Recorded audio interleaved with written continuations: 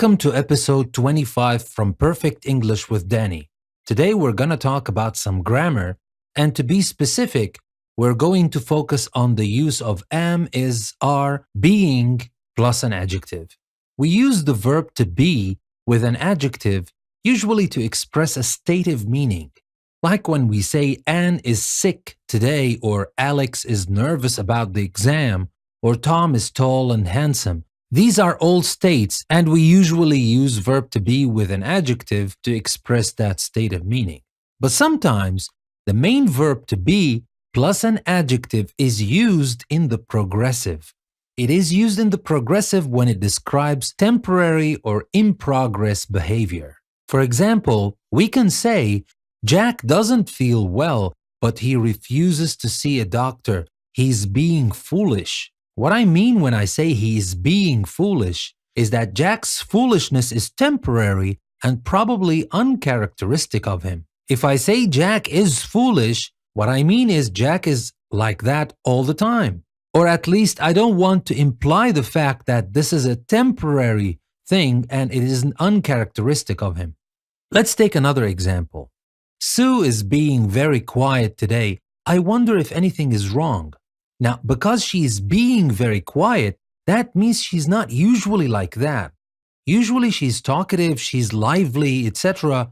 So she's being very quiet today. Something must be wrong. I wonder if anything is wrong.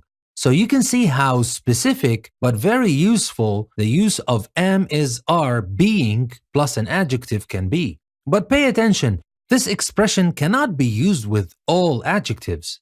For example, we cannot say Mr. Smith is being old. We say Mr. Smith is old. Old cannot be temporary. We cannot say that he is being old. Usually he's not old, but just today or just at the moment he's being old. It doesn't make any sense. Now here are some examples of other adjectives that cannot be used with am, is, are, being. For example, we can't use angry with this expression because you're either angry or not. And here are some examples of other adjectives that cannot be used with am, is, are, being. For example, we can't use angry, beautiful, handsome, happy, healthy, hungry, lucky, nervous, sick, tall, thirsty, young. We can't use these adjectives with am, is, are, being because these do not describe a temporary behavior.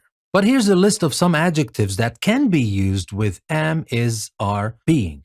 We can use bad when it means ill-behaved or good when it means well-behaved. We can use careful, cruel, fair, foolish, funny, generous, illogical, impolite, irresponsible, kind, lazy, logical, loud, nice, noisy, patient, pleasant, polite, quiet, responsible, rude, serious, silly, unfair, unkind, unpleasant. Because all of these can describe a temporary behavior.